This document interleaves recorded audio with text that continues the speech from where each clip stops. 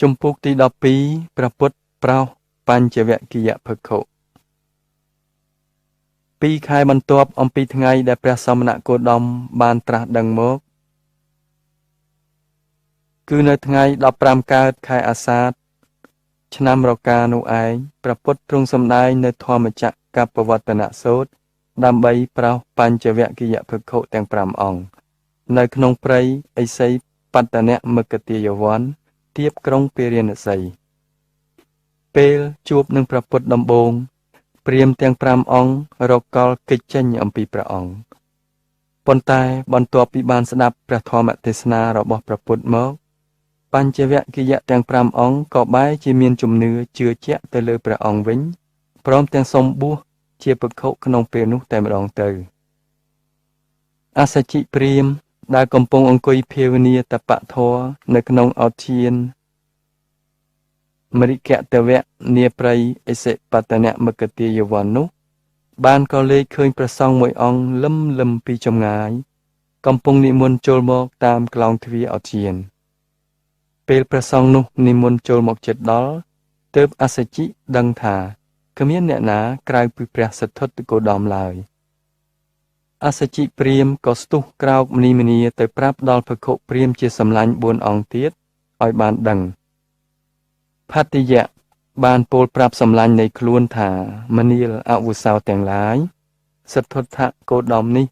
ជាអ្នកប្រតិបត្តិដើម្បីលមោបបោះបង់មគ្គចោលទាំងពាក់កណ្ដាលផ្លូវជាអ្នកបរិភោគនៅបាយនិងទឹកដោះគោព្រមទាំងប្រឡែងលេងជាមួយក្មេងៗកូនអ្នកស្រុកទៀតផងសទ្ធត្ថនេះប្រមាថមើលងាយដល់ពួកយើងខ្លាំងណាស់នឹងធ្វើឲ្យពួកយើងអាប់អោនកិត្តិយសទៀតផងឥឡូវនេះព្រះអង្គនិមន្តមកហើយអាត្មាគិតថាពួកយើងមិនគួរថ្វាយបង្គំមិនគួរនាំគ្នាក្រោកទទួលនិងមិនគួរទទួលយកបាតអំពីព្រះអង្គឡើយប៉ុន្តែយើងត្រូវតែក្រាលអាសនៈកន្ទេលបំរុងទុកបើព្រះអង្គចង់អង្គុយក៏អង្គុយទៅចុះបញ្ចវគិយភិក្ខុបដិញ្ញានឹងគ្នាថាយើងមិនត្រូវស្វាគមន៍ព្រះសទ្ធត្ថជាដាច់ខាតប៉ុន្តែអ្វីៗដែលបានកើតឡើងនៅក្នុងពេលព្រះពុទ្ធចូលមកដល់នោះក៏វាផ្ទុយគ្នាស្រឡះតែម្ដងពេលព្រះពុទ្ធយាងចូលដល់ក្នុងក្លោងទ្វារនៃឧទ្យានបញ្ចវគិយទាំង5អង្គក៏ចាប់អារម្មណ៍យ៉ាងខ្លាំងនៅពន្លឺរស្មីដែលចែងចាំងចេញពីព្រះកាយរបស់ព្រះអង្គបញ្ចវគិទាំង5អង្គភ្លេចពាក្យបដិញ្ញានឹងគ្នាអស់រលីងបែរជានាំគ្នាត្រេកអរហើយស្ទុះក្រោកឈរ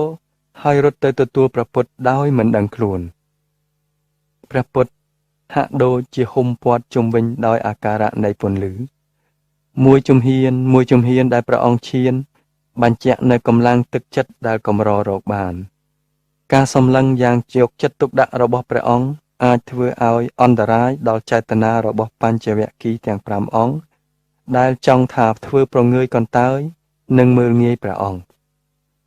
កោណ្ឌញ្ញព្រាហ្មណ៍ស្ទុះទៅចិត្តព្រះអង្គរួចក៏ទទួលយកបាតអំពីព្រះអង្គមហានាមស្ទុះទៅដងទឹកយកមកប្រគេនព្រះអង្គលាងព្រះហស្ថនិងព្រះបាទផតយៈទាញយកកន្ទេលមកក្រាលថ្វាយវបៈរកបានផ្លិតស្លឹកត្នោតមួយក៏យកមកបក់ថ្វាយព្រះអង្គអសជិឈរនៅជ្រុងម្ខាង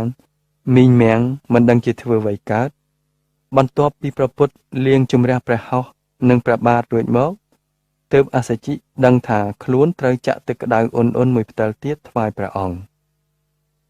ពេលនោះបញ្ចវគិនាំគ្នាហៅព្រះពុទ្ធដោយចំព្រះនាមថាសទ្ធត្ថព្រមទាំងអវុសោផងភិក្ខុទាំង5អង្គអង្គុយព័ទ្ធជុំវិញព្រះពុទ្ធលើកហដ្ឋាប្រណម្យហើយទតឆ្ពោះត្រង់ចំពោះព្រះភ័ក្ត្រព្រះសាស្តាដែលព្រះអង្គកំពុងតែទតមើលដោយសុភាពមកកាន់ភិក្ខុទាំង5អង្គនោះហើយព្រះពុទ្ធទ្រង់មានព្រះតម្រាស់ថាមនាលអវុសោទាំងឡាយតថាគតបានឆ្ងាយចាកកិលេសរួចអស់ហើយតថាគតបានរកឃើញនៅព្រះសម្មាសម្ពោធិញ្ញាណដ៏ឧត្តមដោយខ្លួនតថាគតផ្ទាល់ហើយចូលអ្នកទាំងឡាយតម្កល់នៅសោតបសាទរងចាំស្ដាប់នៅអមតធម៌នេះចុះតថាគតនឹងសម្ដែងនៅធម៌នេះដល់កុលបុត្រទាំងឡាយដែលចាកចោលផ្ទះហើយមកបួស ដើម្បីជាប្រយោជន៍ដល់អនុត្តរធម៌បើអ្នកទាំងឡាយណាបានប្រតិបត្តិតាមពាក្យព្រានប្រដៅរបស់តថាគតហើយអ្នកទាំងនោះពុំយូរឡើយក៏នឹងបានយល់ច្បាស់ដោយបញ្ញាខ្លួនឯងនៅអនុត្តរធម៌ដែលជាទីបំផុតនៃមគ្គព្រហ្មចរិយៈរួចនឹងបានសម្រេចសម្រានទៅដោយអរិយាបថទាំង4គឺដេកដើរឈរនិងអង្គុយអសជិភិក្ខុហាក់ជឿពាក់កណ្ដាលពុំជឿពាក់កណ្ដាលនៅព្រះពុទ្ធដីកានេះភិក្ខុ4អង្គទៀតប្រហែលជាមានការចាប់អារម្មណ៍ដូចជាអសជិភិក្ខុដែរដោយគ្មានភិក្ខុអង្គណាបញ្ចេញយោបល់អស់មួយស្របក់មកទើបកោនដាញ់ពោលឡើងដោយរបូតមាត់ថាមនាលអវុសោគោដមព្រះអង្គមិនទាន់ទាំងបានត្រាស់ដឹងនៅឧត្តរិមនុស្សធម៌ផងដែលជាធម៌វិសេសដោយញាណនិងទស្សនៈដ៏ឧត្តមអាចកំចាត់បងនៅកិលេសដោយការប្រព្រឹត្តផ្សេងដោយការប្រតិបត្តិផងដោយអំពើដែលអ្នកដតីធ្វើតាមបានដោយកម្រផងនិងឥឡូវនេះក៏ព្រះអង្គប្រតិបត្តិដើម្បីលមោបច្រើនផងនិងឃ្លាតចាកព្យាយាមផងតើឲ្យពួកយើងជឿព្រះអង្គថាជាអ្នកបានរកឃើញផ្លូវត្រាស់ដឹងនោះដោយមិនកើតព្រះពុទ្ធតតឆ្ពោះទៅកាន់ភិក្ខុកោណ្ឌញ្ញហើយទ្រង់ត្រាស់សួរថាមើលកោណ្ឌញ្ញអ្នកធ្លាប់ស្គាល់តថាគតយូរណាស់មកហើយ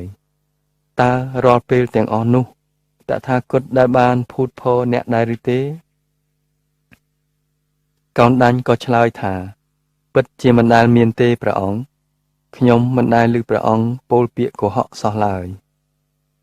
ព្រះពុទ្ធទ្រង់ត្រាស់បន្តថាបើដូច្នោះមែនសូមសម្លាញ់ទាំងឡាយផ្ទៀងសោតាស្ដាប់តថាគតឲ្យបានច្បាស់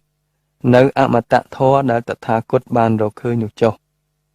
មនាលអ្នកទាំងឡាយអ្នកពិតជាមនុស្សមានភ័ព្វសំណាងធំណាស់ដោយបានស្ដាប់នៅអមតៈធម៌ដែលជាផ្លូវដ៏ប្រសើរនេះមុនគេបង្អស់ធម៌នេះមិនមែនជាលទ្ធផលនៃការសញ្ជឹងគិតទេតែជាផលដែលបានមកពីការពិសោធន៍របស់តថាគតផ្ទាល់តែម្ដងកោណ្ឌញ្ញភិក្ខុលើកដៃប្រណម្យហើយពោលជំនួសភិក្ខុជាមិត្តសម្លាញ់នៃខ្លួនថាបបិទ្ធសម្លាញ់គោដមសូមព្រះអង្គបង្ហាញពួកយើងឲ្យបានដឹងអំពីមេត្តាធម៌និងផ្លូវដ៏ប្រសើរគឺអរិយមគ្គរបស់ព្រះអង្គនោះផងមើលព្រះពុទ្ធចាប់ផ្ដើមសម្ដែងនៅអន្តធម៌គឺធម៌ថោកទាបពីរប្រការប្រាប់បញ្ចវគិថាមនាលអវុសោទាំងឡាយមានធម៌អមសងខាងពីរប្រការដែលមនុស្សនៅលើមគ្គឬបព្វជិតត្រូវជៀសវាងនិងមិនគួរសែបគប់ធម៌អមសងខាងទាំងពីរប្រការនោះគឺ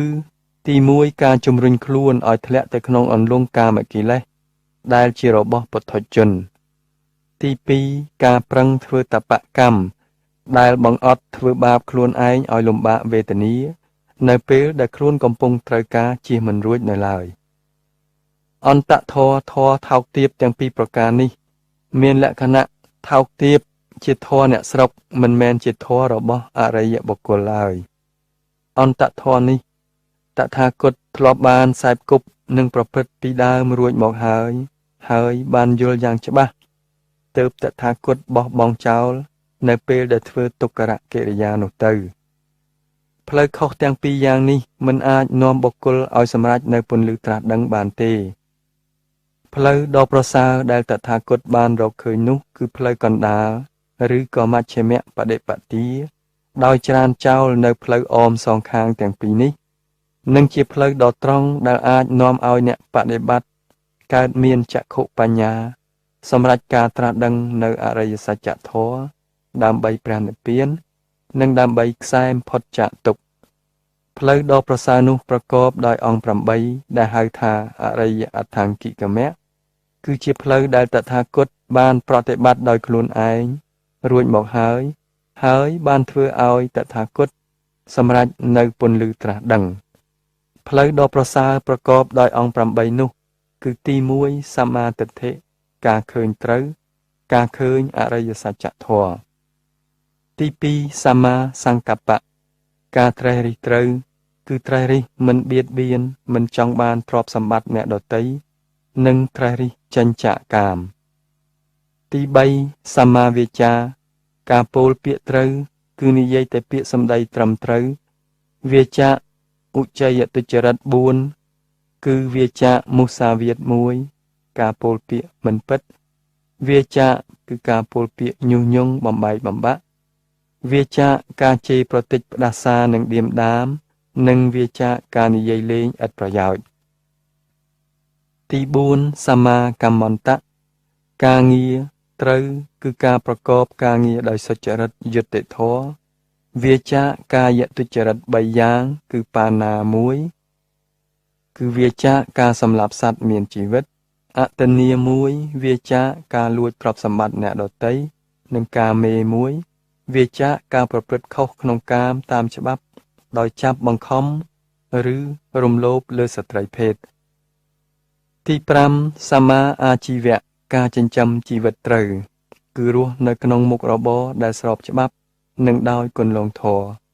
វាចានៅចំនួនខុស5ប្រការគឺជួញគ្រឿងសាស្ត្រាវុធ1ជួញមនុស្ស1ជួញសាច់1ជួញគ្រឿងស្រវឹង1និងជួញថ្នាំពឹស1ទី6សម្មាវាយាមៈការព្យាយាមត្រូវគឺព្យាយាមលះបាបដែលកើតរួចហើយខាខាំងមិនឲ្យបាបថ្មីកើតឡើងរក្សាទុកនៅកុសលដែលកើតរួចហើយកុសលដែលមិនទាន់កើតធ្វើឲ្យកើតឡើងទី7សម្មាសតិគឺការនឹករលឹកត្រូវគឺការតម្កល់ចិត្តត្រូវក្នុងសតិប្បដ្ឋាន4គឺតម្កល់ក្នុងកាយវេទនាចិត្តនិងធម៌ថាគ្រាន់តែជាកាយជាវេទនាចិត្តនិងធម៌តែប៉ុណ្ណោះពុំមែនជាសត្វឬបុគ្គលដែលមានសភាពសោះសូន្យទទេនោះឡើយទី8សម្មាសមាធិការតម្កល់ចិត្តនឹងត្រូវគឺជាភាពរបស់ចិត្តនិងចេតសិកជាកុសលដែលតម្កល់ស្មើល្អក្នុងអារម្មណ៍តែមួយគឺស្ងប់នៅនិវវរណៈធម៌ទាំង5មនាលអវុសោទាំងឡាយផ្លូវកណ្ដាលមជ្ឈិមបដិបទាតថាគតបានត្រាស់ដឹងរួចហើយចូលអ្នកទាំងឡាយចងចាំទុកក្នុងចិត្តឲ្យច្បាស់ថាមានផ្លូវដ៏ប្រសើរទាំង8យ៉ាងឬអដ្ឋង្គិកមៈនេះទេដែលអាចជួយដល់សត្វលោកឲ្យវាចាកផុតពីសេចក្តីទុក្ខក្នុងចំណងកិលេសនិងនាំទៅដល់ពន្លឺត្រាស់ដឹងជាទីបំផុតបានផ្លូវដ៏ប្រសើរទាំង8យ៉ាងខាងលើនេះ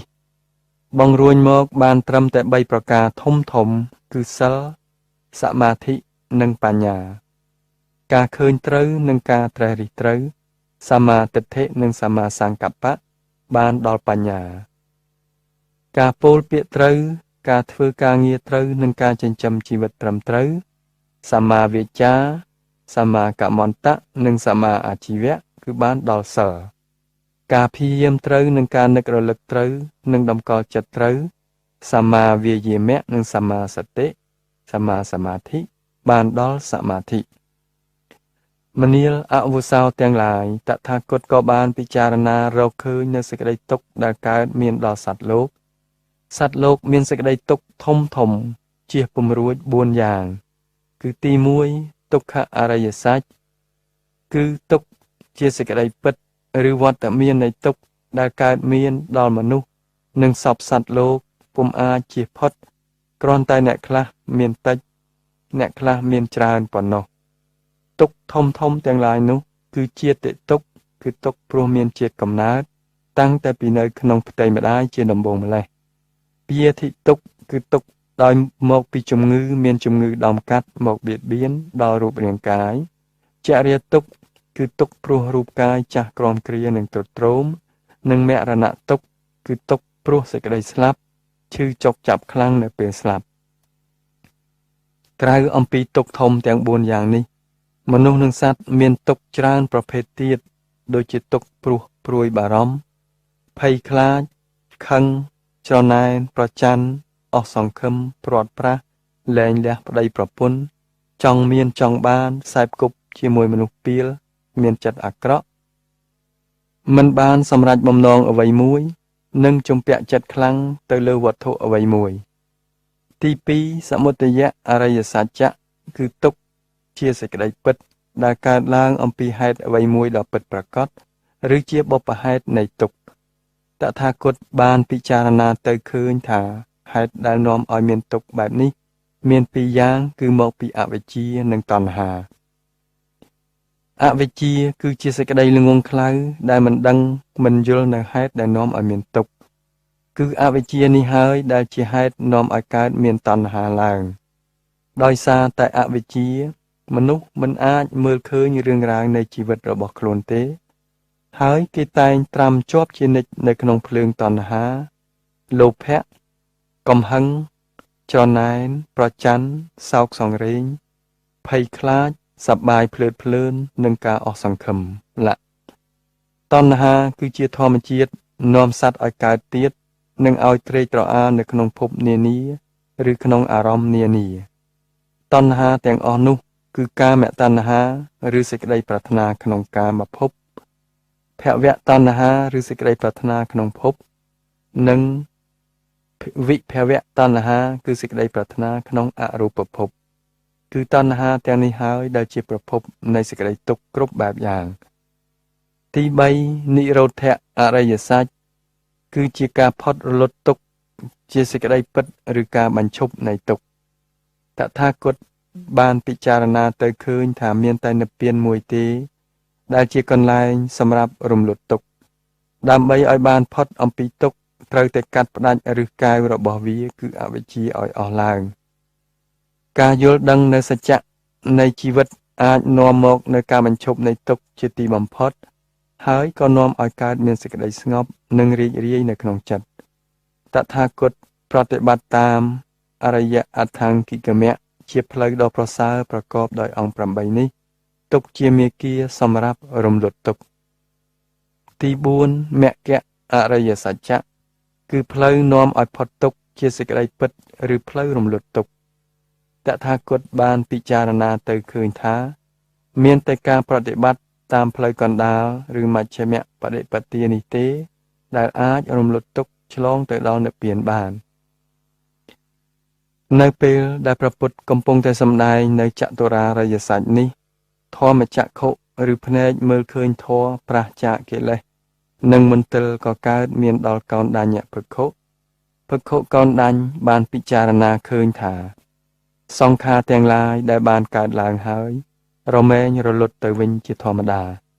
ព្រះអង្គបានក្រេបរសជាតិពន្លឺត្រាស់ដឹងដោយទឹកចិត្តរីករាយនិងច្បាស់លាស់ហើយ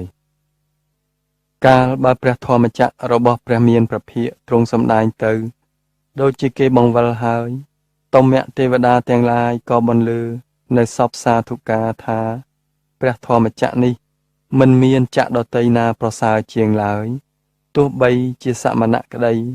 ព្រាហ្មណ៍ក្តីមាក្តីព្រហ្មក្តីជនណានីមួយក្តីនៅក្នុងលោកនេះមិនអាចប្រព្រឹត្តទៅបានឡើយឥឡូវនេះព្រះពុទ្ធគោតមទ្រង់ប្រព្រឹត្តទៅបានហើយនៅក្នុងអិសិបតនៈមគតិយវ័នទៀបក្រុងពារាណសីទេវតាទាំងឡាយនៅក្នុងឋានចតុមហារាជិកាបានឮសំឡេងរបស់តមៈទេវតាហើយក៏បន្លឺនៅសំឡេងនេះដូចគ្នាទេវតាទាំងឡាយនៅក្នុងឋានតាវតឹងបានឮសំឡេងចតុមហារាជិកាទេវតាក៏បន្លឺនៅសំឡេងនេះដូចគ្នាទេវតាទាំងឡាយនៅក្នុងឋានយាមីក្នុងឋានដុសិតក្នុងឋាននិមមានរដីបរនិមិត្តភវក្តីនៅក្នុងឋានព្រំក៏បានបន្លឺនៅសូរស័ព្ទសាធុការពោនេះដូចគ្នាដែរការឮសូរនេះបានលាន់ឮកងរំពងដល់ឋានព្រហ្មលោកហើយ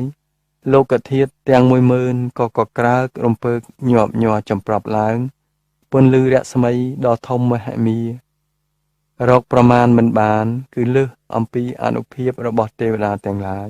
ក៏ភ្លឺចាំងប្រកបឡើងនៅក្នុងលោកយើងនេះព្រះពុទ្ធទ្រង់ចង្អុលទៅកាន់កោណ្ឌញ្ញភិក្ខុនិងបន្លឺនៅឧទានវិចារថាមើលណោភិក្ខុកោណ្ឌញ្ញបានត្រាស់ដឹងពិតប្រាកដហើយមើលណោកោណ្ឌញ្ញភិក្ខុបានទទួលមគ្គនៃពន្លឺត្រាស់ដឹងហើយនៅក្នុងគ្រានោះឯងកោណ្ឌញ្ញភិក្ខុបានឃើញបានដល់បានជឿសុបបានត្រាស់ដឹងនៅអរិយសច្ចធម៌ហើយ បានឆ្លងផុតសេចក្តីមន្ទិលសង្ស័យនិងបានដល់នូវសេចក្តីក្លៀវក្លាមិនជឿបុគ្គលដទៃណាក្រៅអំពីព្រះសាស្តាទៀតឡើយក៏ក្រាបបង្គំទូលព្រះពុទ្ធជាពាក្យយ៉ាងនេះថាបបិទ្ធព្រះអង្គដ៏ចម្រើនសូមទ្រង់ព្រះមេត្តាប្រោសខ្ញុំព្រះអង្គសូមបព្វជិ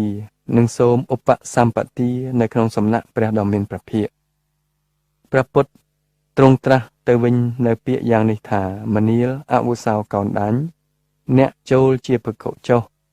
ចូលអ្នកប្រព្រឹត្តព្រហ្មចរិយធម៌ដើម្បីនឹងបានធ្វើនៅព្រះនិព្វានជាទីបំផុតនៃកងទុក្ខទាំងឡាយដោយប្រពៃចុះកោណ្ដាញញ្ញភិក្ខុក៏មាននាមបញ្ញត្តិថាអញ្ញាកោណ្ដាញញ្ញ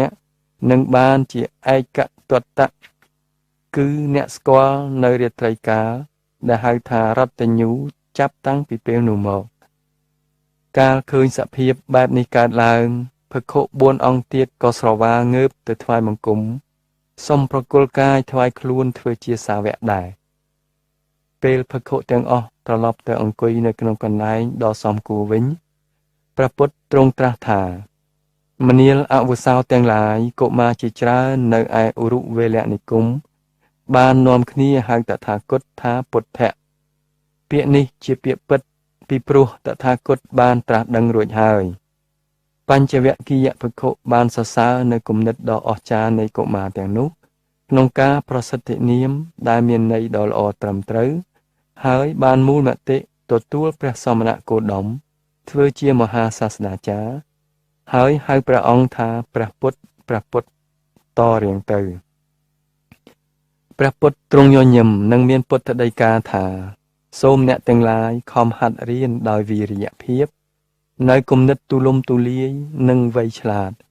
ក្នុងរយៈតែ3ខែប៉ុណ្ណោះអ្នកនឹងបានសម្រេចផលនៃពន្លឺត្រាស់ដឹងជាប្រកបហើយដោយមានវិរិយភាពដ៏ខ្ពង់ខ្ពស់បញ្ចវគិយភិក្ខុបានយល់នៅព្រហ្មចរិយធម៌នៃការត្រាស់ដឹងយ៉ាងឆាប់រហ័សបំផុតអញ្ញាកោណ្ដាញញ្ញភិក្ខុបានសម្រេចនៅលោកុត្តរធម៌មុនគេបង្អស់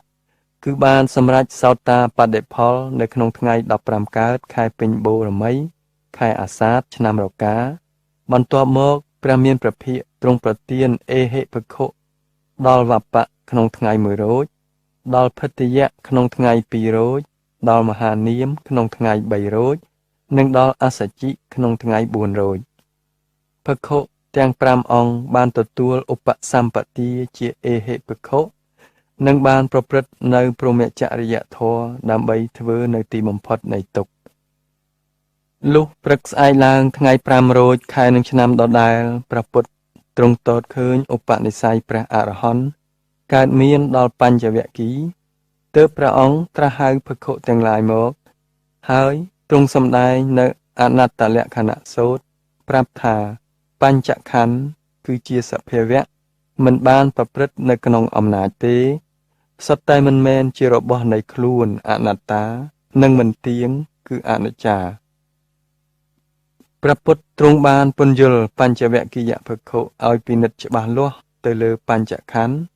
គឺរូបខណ្ឌ1វេទនាខណ្ឌ1សញ្ញាខណ្ឌ1សង្ខារខណ្ឌ1និងវិញ្ញាណខណ្ឌ1ដែលទុកដូចជាស្ទឹងទាំង5ហូរពុំចេះឈប់ឈរនៅក្នុងវាលវដ្តសង្សារដូច្នេះគ្មានអ្វីដែលគួរថាសភាវៈទាំងអស់ជារបស់នៃខ្លួនឬមានការទាំងទៀងទាត់ឡើយព្រះពុទ្ធទ្រង់បញ្ជាក់បន្ថែមថាមនាលភិក្ខុទាំងឡាយរូបកាយជាវត្ថុអនត្តាគឺមិនមែនជារបស់ខ្លួនឡើយប្រសិនបើរូបកាយនេះជារបស់ខ្លួនពិតមែនរូបកាយនេះមិនគប្បីមានជំងឺដំកាត់ឡើយហើយបុគ្គលអាចនិយាយថារូបរបស់អញនេះជាយ៉ាងនេះឬក៏ជាយ៉ាងនោះក៏បានដោយសាររូបនេះជារបស់អនត្តាដូច្នេះហើយបានជារូបនេះចេះតែមានជំងឺដំកាត់ហើយបុគ្គលមិនអាចនិយាយថារូបរបស់អញនេះជាយ៉ាងនេះឬជាយ៉ាងនោះបានឡើយគឺមិនអាចបង្គាប់រូបឲ្យប្រព្រឹត្តទៅតាមអំណាចខ្លួនបានមនាលភិក្ខុទាំងឡាយវេទនាក៏មិនមែនជារបស់ខ្លួនសញ្ញាក៏មិនមែនជារបស់ខ្លួនសង្ខារក៏មិនមែនជារបស់ខ្លួននិងវិញ្ញាណក៏មិនមែនជារបស់ខ្លួនដូច្នេះ ខណ្ឌទាំង5គឺជារបស់អនត្តាមនាលភិក្ខុទាំងឡាយតើអ្នកដែលបានសម្គាល់ឃើញថារូបកាយទៀងឬមិនទៀងទេ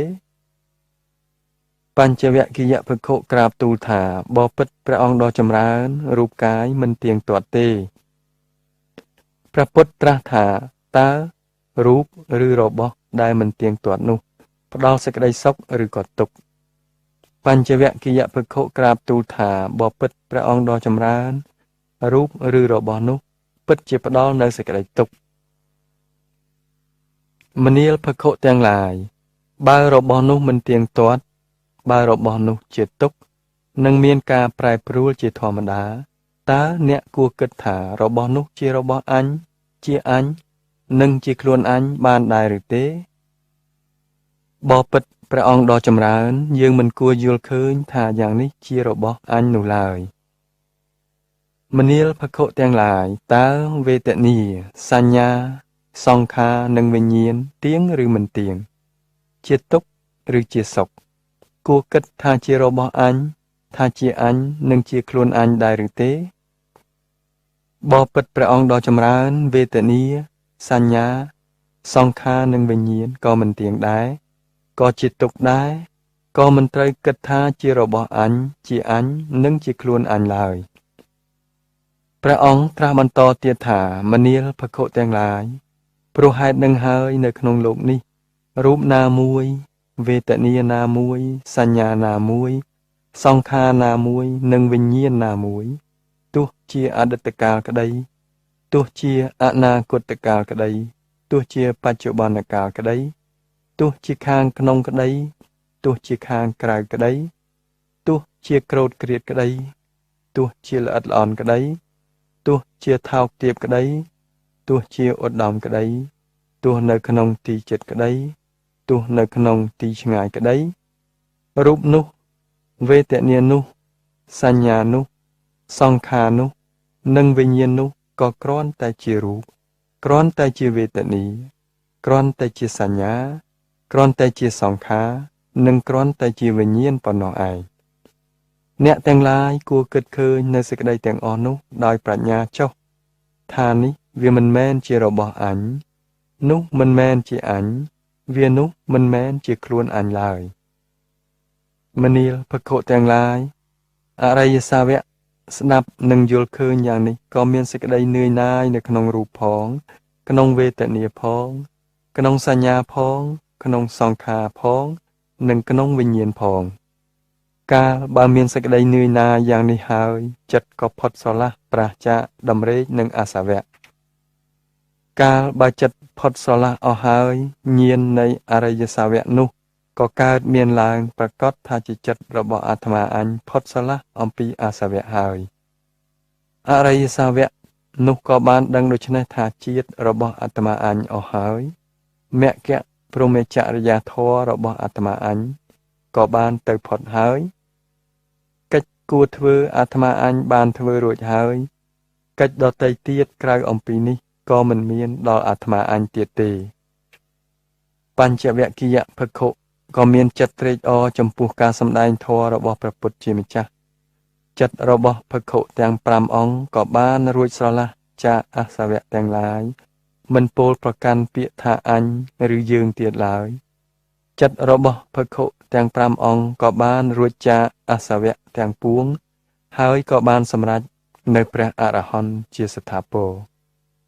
គ្រានោះហើយដែលព្រះអរហន្ត6អង្គប្រកាសមានឡើងមុនដំបូងបង្អស់នៅក្នុងលោកព្រះពុទ្ធមានព្រះពុទ្ធដីកាដោយសេចក្តីសោមនស្សរីករាយទៅកាន់ព្រះអរហន្តទាំង5អង្គនោះថាឥឡូវនេះយើងមានសហគមន៍ពិតប្រាកដហើយដែលហៅថាសង្ឃសង្ឃគឺជាគណៈនៃបព្វជិតដែលរស់នៅដោយចុះសម្រុងគ្នានិងយល់ធម៌ដោយយ៉ាងត្រាស់ដឹងយើងត្រូវនាំគ្នា